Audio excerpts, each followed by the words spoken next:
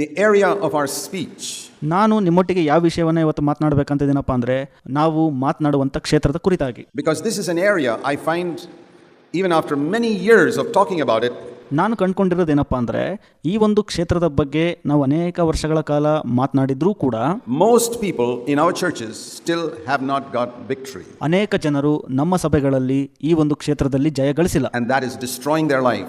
ಅದು ಅವರ ಜೀವಿತವನ್ನ ನಾಶನಗೊಳಿಸ್ತಾ ಇದೆ. Many who have been baptized in the Holy Spirit, ಅನೇಕರು ಪವಿತ್ರಾತ್ಮನಿಂದ ಅಭಿಷೇಕಿಸಲ್ಪಟ್ಟಿದ್ದರು.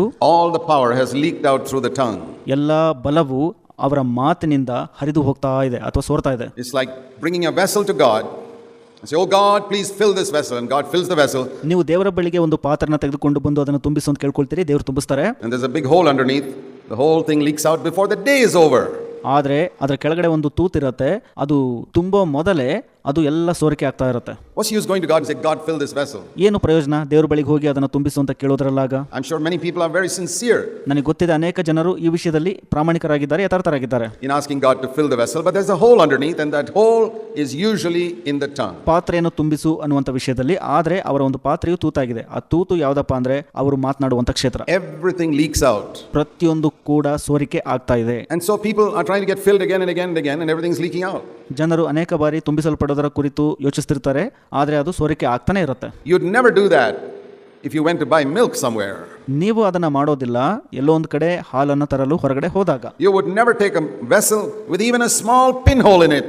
ನೀವು ಒಂದು ಪಾತ್ರೆಯನ್ನು ತೆಗೆದುಕೊಂಡು ಹೋಗೋದಿಲ್ಲ ಅದರಲ್ಲಿ ಒಂದು ಸಣ್ಣ ತೂತಿದ್ರೂ ಕೂಡ. Because milk costs money.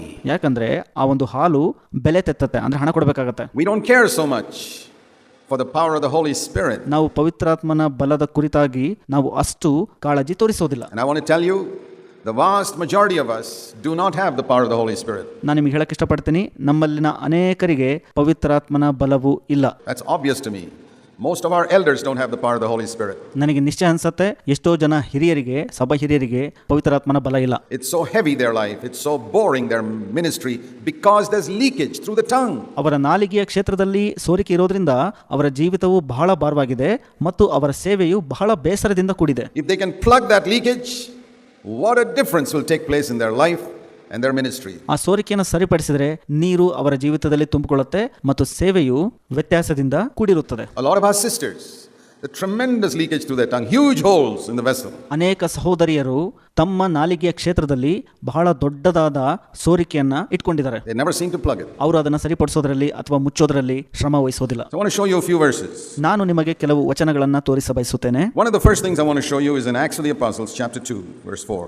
ಒಂದು ಸಂಗತಿ ನಾನು ಮೊದಲಿಗೆ ತೋರಿಸೋದೇನಪ್ಪ ಅಂದ್ರೆ ಅಪೊಸ್ತಲರ ಕೃತ್ಯಗಳು 2ನೇ ಅಧ್ಯಾಯ 4ನೇ ವಚನ. When the new covenant began, ಹೊಸ ಒಡಂಬಡಿಕೆಯು ಪ್ರಾರಂಭಗೊಂಡಾಗ, the new covenant did not begin in the Gospels. ಹೊಸ ಒಡಂಬಡಿಕೆಯು ಸುವಾರ್ತೆಯಲ್ಲಿ ಪ್ರಾರಂಭಗೊಳ್ಳಲಿಲ್ಲ.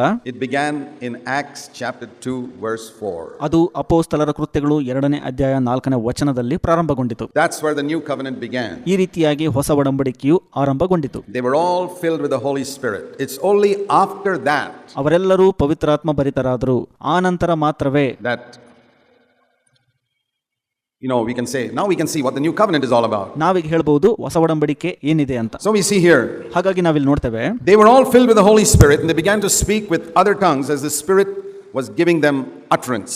ಅವರೆಲ್ಲರೂ ಪವಿತ್ರಾತ್ಮ ಭರಿತರಾದರು. ಆತ್ಮನು ತಮಗೆ ನುಡಿಯುವ ಶಕ್ತಿಯನ್ನು ಕೊಟ್ಟ ಪ್ರಕಾರ ಅವರು ಬೇರೆ ಬೇರೆ ಭಾಷೆಗಳಲ್ಲಿ ಮಾತನಾಡುವುದಕ್ಕೆ ಪ್ರಾರಂಭಿಸಿದರು. So, and then it says tongues of fire sat on all of them, verse 3. 3ನೇ ವಚನದಲ್ಲಿ ಹೇಳೋ ಪ್ರಕಾರ ಆ ಒಂದು ವಿಂಗಡಿಸಲ್ಪಟ್ಟ ನಾಲಿಗೆಗಳು ಬೆಂಕಿಯಂತೆ ಅವರಿಗೆ ಕಾಣಿಸಿಕೊಂಡಿತು ಅಂತ. Tongues of fire sat on all their heads, 120 of them. ಅವರಲ್ಲಿನ 120 ಜನರ ಮೇಲೆ ಆ ಒಂದು ನಾಲಿಗೆಗಳು ಬೆಂಕಿಯಂತೆ ಅವರಿಗೆ ಕಾಣಿಸಿಕೊಂಡು ಅವರ ಮೇಲೆ ಕುಳಿತುಕೊಂಡಿತು. It was not a hand of fire, it was not a leg of fire. These are all important parts of the body. ಅದು ಬೆಂಕಿಯ ಕೈ, ಬೆಂಕಿಯ ಕಾಲು ಅಲ್ಲ, ಅವೆಲ್ಲ ದೇಹದ ಪ್ರಮುಖ ಭಾಗಗಳು. Not a ear of fire, not an eye of fire. ಬೆಂಕಿಯ ಕಣ್ಣು, ಬೆಂಕಿಯ ಕಿವಿ ಅಲ್ಲ. It was a tongue of fire. ಬೆಂಕಿಯ ನಾಲಿಗೆಯು ಅಂತ ಇದೆ ಅಲ್ಲಿ. By which God was saying, ಅಲ್ಲಿ ದೇವರು ಅದರಿಂದ ಹೇಳ್ತಾ ಇದ್ದಾರೆ, in this new covenant age, ಈ ಒಂದು ಹೊಸ ಒಡಂಬಡಿಕೆಯ ಜನಾಂಗದವರೊಳಗೆ the part of the body which you have to be most careful about is your tongue. ನಿಮ್ಮ ದೇಹದ ಯಾವ ಭಾಗದಲ್ಲಿ ನೀವು ಬಹಳ ಎಚ್ಚರಿಕೆಯಿಂದ ಇರಬೇಕಪ್ಪ ಅಂತಂದ್ರೆ ಅದು ನಿಮ್ಮ ನಾಲಿಗೆಯಲ್ಲಿ. Because that is the part of your body which I'm going to use the most in the new covenant. ಯಾಕಂದರೆ ಈ ದೇಹದ ಅತಿ ಪ್ರಮುಖವಾದ ಅಂಗವಾದ ನಾಲಿಗೆಯನ್ನು ಈ ಒಂದು ಹೊಸ ಒಡಂಬಡಿಕೆಯಲ್ಲಿ ನಾನು ಹೆಚ್ಚಾಗಿ ಉಪಯೋಗಿಸಿಕೊಳ್ಳುತ್ತೇನೆ. Yes, I will use your legs to take you to some place to preach the gospel. ನಾನು ನಿಮ್ಮ ಕಾಲನ್ನು ಉಪಯೋಗಿಸಿಕೊಳ್ಳುತ್ತೀನಿ, ಅದನ್ನು ಕೆಲವು ಸ್ಥಳಗಳಿಗೆ ಸುವಾರ್ತೆ ಸಾರಲು ತೆಗೆದುಕೊಂಡು ಹೋಗ್ತೀನಿ ದೇವರು ಹೇಳ್ತಾರೆ. I will use your hands to bless other people. ನಿಮ್ಮ ಕೈಯನ್ನು ಉಪಯೋಗಿಸುತ್ತೇನೆ ಇನ್ನೊಬ್ಬರನ್ನು ಆಶೀರ್ವದಿಸಲು. I will use your eyes to read God's word and to see visions. ನೀವು ದರ್ಶನಗಳನ್ನು ನೋಡಲು ಅನುಕೂಲವಾಗುವಂತೆ ನಿಮ್ಮ ಕಣ್ಣುಗಳನ್ನು ಉಪಯೋಗಿಸಿಕೊಳ್ಳುತ್ತೇನೆ ದೇವರ ವಾಕ್ಯ ಓದಲು. I will use your ears to hear the troubles of others so you can comfort them. ನೀವು ಇತರರ ಕಷ್ಟಗಳನ್ನು ಕೇಳಿ ಅವರನ್ನು ಸಂತೈಸಲು ನಿಮ್ಮ ಕಿವಿಗಳನ್ನು ಉಪಯೋಗಿಸಿಕೊಳ್ಳುತ್ತೇನೆ. But above all these things, I'm going to use the tongue. ಆದರೆ ಇವೆಲ್ಲಕ್ಕಿಂತ ಹೆಚ್ಚಾಗಿ ನಾನು ನಿಮ್ಮ ನಾಲಿಗೆಯನ್ನು ಉಪಯೋಗಿಸುತ್ತೇನೆ ಅಂತ ದೇವರು ಹೇಳ್ತಾರೆ. I don't think many of us have understood it. ನನಗೆ ಅನ್ಸತ್ತೆ ಅನೇಕರು ಇದನ್ನು ಅರ್ಥ ಮಾಡ್ಕೊಂಡಿಲ್ಲ ಅಂತ. I don't think many of the Pentecostals and Charismatics have understood it. ಪೆಂಟೆಕಾಸ್ಟಲ್ ಮತ್ತು ಕ್ಯಾರಿಸ್ಮ್ಯಾಟಿಕ್ಗಳು ಕೂಡ ಇದನ್ನು ಅಷ್ಟಾಗಿ ಅರ್ಥ ಮಾಡ್ಕೊಂಡಿಲ್ಲ. They speak in other tongues, but when they speak at home, they can't control their mother tongue. ಅವರು ಅನ್ಯ ಭಾಷೆಯಲ್ಲಿ ಹೊರಗಡೆ ಮಾತನಾಡ್ತಾರೆ, ಆದರೆ ತಮ್ಮ ಮಾತೃಭಾಷೆಯನ್ನು ತಮ್ಮ ಮನೆಗಳಲ್ಲಿ ನಿಯಂತ್ರಣದಲ್ಲಿ ಇಟ್ಕೊಳ್ಳಿಕ್ಕೆ ಆಗ್ತಿರಲ್ಲ ಅವ್ರ ಕೈಲಿ. And that's not the Holy Spirit. ಅದು ಪವಿತ್ರಾತ್ಮನಲ್ಲ. When God baptized me in the Holy Spirit and gave me the gift of other tongues, He also gave me grace to control my mother tongue. ನಾನು ಪವಿತ್ರಾತ್ಮನಿಂದ ಅಭಿಷೇಕಿಸಲ್ಪಟ್ಟಾಗ ದೇವರು ಅನ್ಯ ಭಾಷೆ ವರವನ್ನು ಕೊಟ್ಟರು, ಅದರಂತೆ ನನ್ನ ಮಾತೃಭಾಷೆಯನ್ನು ಸ್ವನಿಯಂತ್ರಣದಲ್ಲಿಡಲು ದೇವರು ತನ್ನ ಕೃಪೆಯನ್ನು ಸಹ ಕೊಟ್ಟರು. And I tell you, if you speak in other tongues and you can't control your mother tongue, ನೀವು ಇತರ ಭಾಷೆಯನ್ನು ಆಡ್ತಾ ಇದ್ರಿ, ನಿಮ್ಮ ಮಾತೃಭಾಷೆಯನ್ನ ನಿಯಂತ್ರಣದಲ್ಲಿಡಲು ಆಗ್ತಾ ಇಲ್ಲ ಅಂದ್ರೆ ನಿಮ್ಮ ಕೈಲಿ, probably what you got is an evil spirit,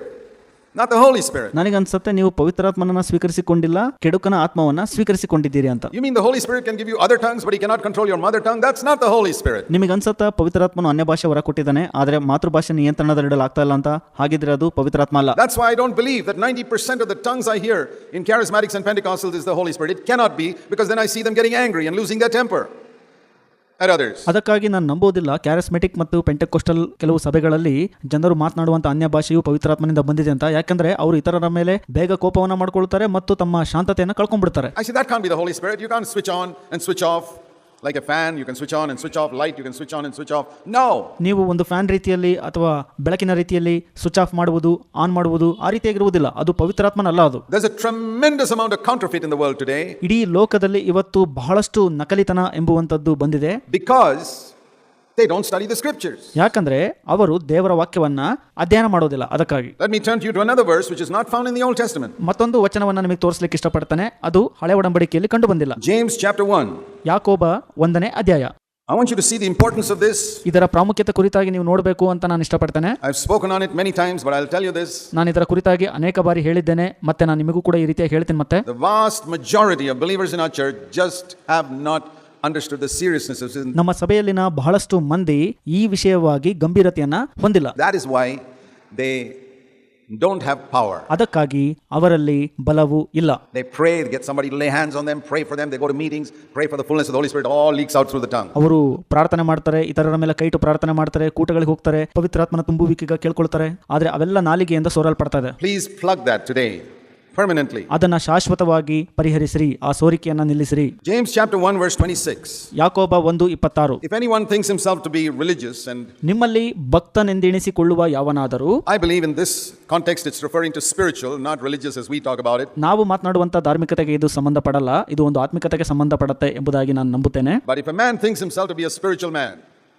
and he cannot control his own tongue, ತಾನು ಆತ್ಮಿಕನೆಂದೆಣಿಸಿಕೊಳ್ಳುವ ಯಾವನಾದರೂ ತನ್ನ ನಾಲಿಗೆಗೆ ಕಡಿವಾಣ ಹಾಕದೇ ಇದ್ದರೆ he's actually deceiving his own heart. ಅವನು ತನ್ನ ಹೃದಯವನ್ನ ಮೋಸಗೊಳಿಸಿಕೊಳ್ಳುವವನಾಗಿರುತ್ತಾನೆ. His religion is worth zero. ಆಗ ಅವನ ಧಾರ್ಮಿಕತೆಯು ಅಥವಾ ಭಕ್ತಿಯು ಶೂನ್ಯವಾಗಿದೆ, ಅಂದರೆ ನಿಷ್ಪ್ರಯೋಜಕವಾಗಿದೆ. You come to every conference, ನೀವು ಪ್ರತಿ ಕಾನ್ಫರೆನ್ಸ್ ಕೂಟಗಳಿಗೆ ಬರ್ತೀರಿ, you're an elder brother in your church or you're an elder brother's wife and you're a senior brother, senior sister. ನೀವು ನಿಮ್ಮ ಸಭೆಯಲ್ಲಿ ಸಭಾ ಹಿರಿಯರಾಗಿರ್ತೀರಿ, ನೀವು ನಿಮ್ಮ ಸಭಾ ಹಿರಿಯನ ಪತ್ನಿಯಾಗಿರ್ತೀರಿ, ಹಿರಿಯ ಸಹೋದರ ಮತ್ತು ಹಿರಿಯ ಸಹೋದರಿಯರಾಗಿರ್ತೀರಿ. You know the Bible and you're sharing the word. ನಿಮಗೆ ಸತ್ಯವೇದ ಗೊತ್ತಿರುತ್ತೆ, ವಾಕ್ಯವನ್ನ ಸಾರ್ತಿರ್ತೀರಿ. And you're active, you're giving money for God's work. ನೀವು ಬಹಳ ಚಟುವಟಿಕೆಯಿಂದ ಕೂಡಿರ್ತೀರಿ, ದೇವರ ಕಾರ್ಯಕ್ಕೆ ಹಣ ಕೊಡ್ತಿರ್ತೀರಿ. And you're humbling yourself, you're getting victory over dirty thoughts. ನಿಮ್ಮನ್ನ ನೀವು ತಗ್ಗಿಸ್ಕೊಳ್ತಿರ್ತೀರಿ, ಹೊಲಸು ಯೋಚನೆಗಳ ಮೇಲೆ ಜಯವನ್ನ ಗಳಿಸ್ತಿರ್ತೀರಿ. And you're controlling lust and everything else, but you lose your temper. ನೀವು ನಿಮ್ಮ ಮೋಹವನ್ನ ಪ್ರತಿಯೊಂದನ್ನ ನಿಯಂತ್ರಿಸ್ತಿರ್ತೀರಿ, ಆದ್ರೆ ಶಾಂತತೆನ ಕಳ್ಕೊಳ್ತೀರಿ. You ask God how much you get? Zero. ಆದ್ರೆ ನೀವು ದೇವರನ್ನ ಕೇಳೋದಾದ್ರೆ ಎಷ್ಟು ಪಡ್ಕೊಳ್ತಿದ್ದೀರಿ ಅಂತ? ಶೂನ್ಯ. ಅದು Lord, zero. after all that I did for you, that's right, zero, because you cannot control your tongue. ಕರ್ತರೆ, ನಾನು ನಿನಗಾಗಿ ಇವೆಲ್ಲವನ್ನ ಮಾಡಿದ್ದೀನಿ, ನಾನು ಶೂನ್ಯ ಸಂಪಾದನೆ ಮಾಡ್ಕೊಂಡಿದ್ದೀನಿ ಅಂತ ಕೇಳುವಾಗ ದೇವರು ಹೇಳ್ತಾರೆ, ಹೌದು, ನಿನ್ನ ನಾಲಿಗೆನ ನಿಯಂತ್ರಣದಲ್ಲಿಟ್ಟಿಲ್ಲ, ಅದಕ್ಕೆ ಶೂನ್ಯ ಅಂತ. How many of you believe that? I doubt whether 95% of you believe that. ಎಷ್ಟು ಜನ ನೀವು ಇದನ್ನ ನಂಬ್ತೀರಿ? ನನಗೆ ಗೊತ್ತಿದೆ 95% ಮಂದಿ ನಿಮ್ಮಲ್ಲಿ ಇದನ್ನ ನಂಬೋದಿಲ್ಲ. You think that because you're doing so many things for the Lord, ನೀವು ಅನ್ಕೊಳ್ತೀರಿ ನಾನು ಕರ್ತನಿಗಾಗಿ ಅನೇಕ ಸಂಗತಿಗಳನ್ನ ಮಾಡ್ತಾ ಇದ್ದೀನಿ ಅಂತ. your tongue, you can lose control of it a little bit, it doesn't matter. ನೀವು ನಿಮ್ಮ ನಾಲಿಗೆಯಲ್ಲಿ ಬಹಳ ಸುಲಭ ನಿಯಂತ್ರಣವನ್ನು ಕಳ್ಕೊಳ್ತಾ ಇದ್ರೆ ಏನಾಗಲ್ಲ ಅಂತ. That, according to this verse, is the test of whether you're spiritual. ನೀವು ಆತ್ಮಿಕರೋ ಇಲ್ಲವೋ ಎಂಬುವಂಥದ್ದು ಈ ವಚನದಲ್ಲಿ ನಿಮಗೆ ಪರೀಕ್ಷೆ ಆಗತ್ತೆ. At least from today, say to yourself, ಇವತ್ತಿನಿಂದಲಾದರೂ ನಿಮಗೆ ನೀವು ಇದನ್ನ ಹೇಳ್ಕೊಳ್ರಿ, if I cannot control my tongue, all my Christianity is worth zero. ನಾನು ನನ್ನ ನಾಲಿಗೆಯನ್ನ ನಿಯಂತ್ರಣದಲ್ಲಿ ಇಟ್ಕೊಳ್ತಿಲ್ಲ ಅಂದ್ರೆ ನನ್ನ ಇಡೀ ಕ್ರೈಸ್ತತ್ವವು ಶೂನ್ಯವಾಗಿದೆ ಎಂಬುದಾಗಿ ಹೇಳ್ಕೊಳ್ರಿ. If necessary, write it on a piece of paper, put it in front of your bedroom or table or somewhere. ಅವಶ್ಯಕತೆ ಬಿದ್ದಲ್ಲಿ ನೀವು ಒಂದು ಪೇಪರ್ನಲ್ಲಿ ಇದನ್ನ ಬರೆದುಬಿಟ್ಟು ನಿಮ್ಮ ಎದುರುಗಡೆ ಮೇಜಿನಲ್ಲಾಗ್ಬೋದು ಅಥವಾ ಬೆಡ್ನಲ್ಲಾಗ್ಬೋದು ಅದನ್ನ ಇಟ್ಕೊಳ್ರಿ ಮುಂದೆ. Where every morning you'll get up and read it. ಪ್ರತಿ ಮುಂಜಾನೆ ನೀವು ಎದ್ದು ಅದನ್ನ ಓದ್ರಿ. If I cannot control my tongue today, all my Christianity is no better than any other religion in the world. ನಾನು ಇಂದು ನಾಲಿಗೆಯನ್ನ ನಿಯಂತ್ರಣದಲ್ಲಿ ಇಟ್ಕೊಳ್ತಿಲ್ಲ ಅಂತಂದ್ರೆ ನನ್ನ ಕ್ರೈಸ್ತತ್ವವು ಇಡೀ ಲೋಕದ ಬೇರೆ ಎಲ್ಲಾ ಧಾರ್ಮಿಕತೆಗಿಂತ ಉತ್ತಮವಾಗಿಲ್ಲ ಎಂಬುದಾಗಿ ತಿಳ್ಕೊಳ್ರಿ. Being born again, rubbish. You're no better than a nominal Christian if you cannot control your tongue. ನೀವು ನಿಮ್ಮ ನಾಲಿಗೆಯನ್ನ ನಿಯಂತ್ರಣದಲ್ಲಿ ಇಡ್ತಾ ಇಲ್ಲ ಅಂತಂದ್ರೆ ನಾಮಕಾವಸ್ಥೆ ಕ್ರೈಸ್ತರಿಗಿಂತ ನೀವು ಉತ್ತಮರೇನಲ್ಲ. ಹಾಗಿದ್ದಾಗ ನೀವು ಹೊಸದಾಗಿ ಹುಟ್ಟಿದೀನಿ ಅಂತ ಹೇಳುವುದು ಕಸದ ಬುಟ್ಟಿಗೆ ಸಮ. It's the truth. ಇದು ಸತ್ಯ. But 95% of people in our midst don't believe it. ನಮ್ಮ ಮಧ್ಯದಲ್ಲಿರುವಂತ 95% ಜನರು ಇದನ್ನ ನಂಬೋದಿಲ್ಲ. I preached on it for years. ನಾನು ವರ್ಷಾನುಗಟ್ಟಲೆ ಇದನ್ನ ಪ್ರಸಂಗ ಮಾಡಿದ್ದೀನಿ. People are curious with their tongue, they gossip with their tongue, they are angry, they are bitter, they criticize and they think they are spiritual. ಅವರು ತಮ್ಮ ನಾಲಿಗೆಯ ವಿಷಯದಲ್ಲಿ ಕುತೂಹಲ ಉಳ್ಳವರಾಗಿರ್ತಾರೆ, ಚಾಡಿ ಹೇಳ್ತಾರೆ, ಕಿವಿ ಊದುತ್ತಾರೆ, ಇನ್ನೊಬ್ಬರ ಮೇಲೆ ಕೋಪ ಮಾಡ್ಕೊಳ್ತಾರೆ, ಕಹಿಬಾನಿ ಇಟ್ಕೊಂಡಿರ್ತಾರೆ. ಇಷ್ಟೆಲ್ಲ ಆದ್ರೂ ತಾವು ಆತ್ಮಿಕರು ಅಂದ್ಕೊಳ್ತಾರೆ. Can you imagine such deception? ನೀವು ಕಲ್ಪಿಸ್ಕೊಳ್ತೀರಾ ಎಂತಹ ವಂಚನೆ ಇದು ಅಂತ? I want you to wake you up before you discover this at the judgment seat of Christ. ನೀವು ಕ್ರಿಸ್ತನ ನ್ಯಾಯ ತೀರ್ಪಿನ ಎದುರುಗಡೆ ನೀವು ಗ್ರಹಿಸಿಕೊಳ್ಳೋದಕ್ಕಿಂತ ಮೊದಲೇ ನಾನು ನಿಮ್ಮನ್ನ ಎಚ್ಚರಪಡಿಸ್ತಾ ಇದ್ದೀನಿ. Where Jesus sits on his throne and says you get 0 out of 100. ಯೇಸು ಸ್ವಾಮಿ ಸಿಂಹಾಸನದ ಮೇಲೆ ಕೂತ್ಕೊಂಡು ಈ ರೀತಿಯಾಗಿ ನಿಮಗೆ ಹೇಳಬಾರ್ದು ನೀವು 100ಕ್ಕೆ ಶೂನ್ಯ ಸಂಪಾದನೆ ಮಾಡಿದ್ದೀರಿ ಅಂತ. But Lord, I was in CFC, I went to all the conferences, I went to so many meetings. ನೀವು ಹೇಳ್ಬೋದು, ಕರ್ತರೆ, ನಾನು CFC ಸಭೆಗೆ ಹೋಗಿದ್ದೀನಿ, ಕಾನ್ಫರೆನ್ಸ್ ಕೂಟಗಳಿಗೆ ಹೋಗಿದ್ದೀನಿ, ಎಷ್ಟೋ ಕೂಟಗಳನ್ನ ಹಾಜರಾಗಿದ್ದೀನಿ ಅಂತ. I got victory over this, victory over that, but the Lord says you never control your tongue. ನೀವು ಹೇಳ್ಬೋದು, ಅದ್ರ ಮೇಲೆ ಜಯ ಗಳಿಸಿದ್ದೀನಿ, ಇದ್ರ ಮೇಲೆ ಜಯ ಗಳಿಸಿದ್ದೀನಿ ಅಂತ. ಆದ್ರೆ ಕರ್ತರು ಹೇಳ್ತಾರೆ, ನಿನ್ನ ನಾಲಿಗೆಯ ಮೇಲೆ ನೀನು ನಿಯಂತ್ರಣ ಸಾಧಿಸಲಿಲ್ಲ ಅಂತ. Didn't you read in the word that your religion is worth 0 if you can't control your tongue? ಇಲ್ಲಿ ವಾಕ್ಯವನ್ನು ಓದ್ಕೊಂಡ್ರ, ನೀವು ನಿಮ್ಮ ನಾಲಿಗೆಗೆ ಕಡಿವಾಣ ಹಾಕದೇ ಇದ್ರೆ ನಿಮ್ಮ ಭಕ್ತಿಯು ನಿಷ್ಪ್ರಯೋಜಕವಾದದ್ದು ಅಂತ.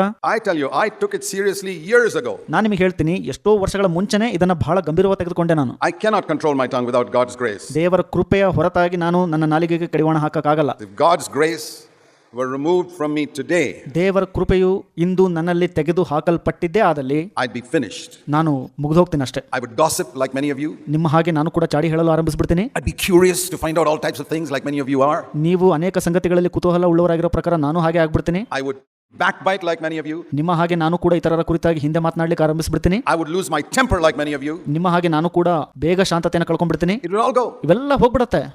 It's only God's grace that keeps us from sin.